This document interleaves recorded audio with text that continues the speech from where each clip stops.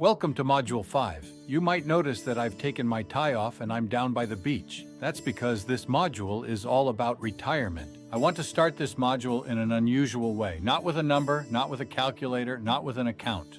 I want to start this module in an unusual way, with a story. I live in Las Vegas, and if you've ever been here, you've seen something I see almost every week.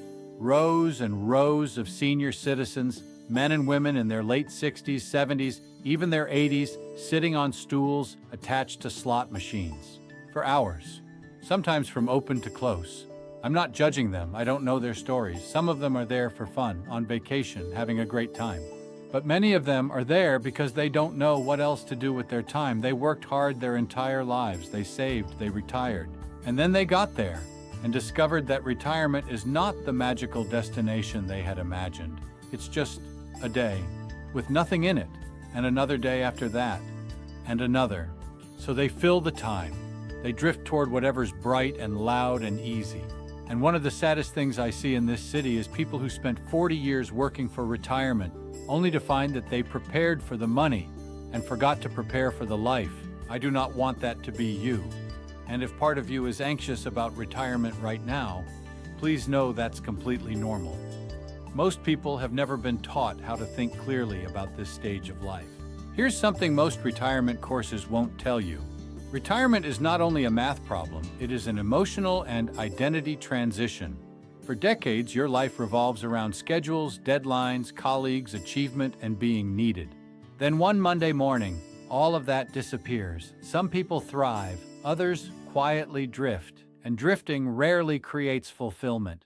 Retirement can feel surprisingly emotional. Many people underestimate how much of their identity has been tied to their work. So before we touch a single number in this module, I want to ask you a question, not a financial question, a life question. And it might be the most important one in this entire course. What are you retiring into? Not what you're retiring from. We all know what we're retiring from. The commute, the meetings, the pressure, the schedule that isn't ours. But what are you retiring into? Here's what I've watched for 25 years. The people who thrive in retirement are not necessarily the ones with the biggest portfolios. They're the ones who retired to something. A family, a passion, a second career, a mission, volunteer work, grandchildren, writing, teaching, travel with a purpose, a craft. The people who struggle in retirement are often the ones whose entire identity was their job. They were someone. The engineer, the principal, the executive, the nurse, the contractor, and one day they weren't. And nobody had warned them that the loss of identity would feel like grief. That transition can feel disorienting, lonely, and even frightening for some people.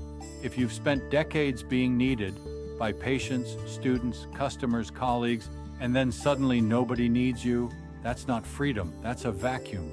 And human beings do not handle vacuums well. This is the part of retirement planning that almost nobody talks about. The financial industry will sell you a calculator, a portfolio, a plan, an annuity, but very few people will sit you down and say, what will you get out of bed for?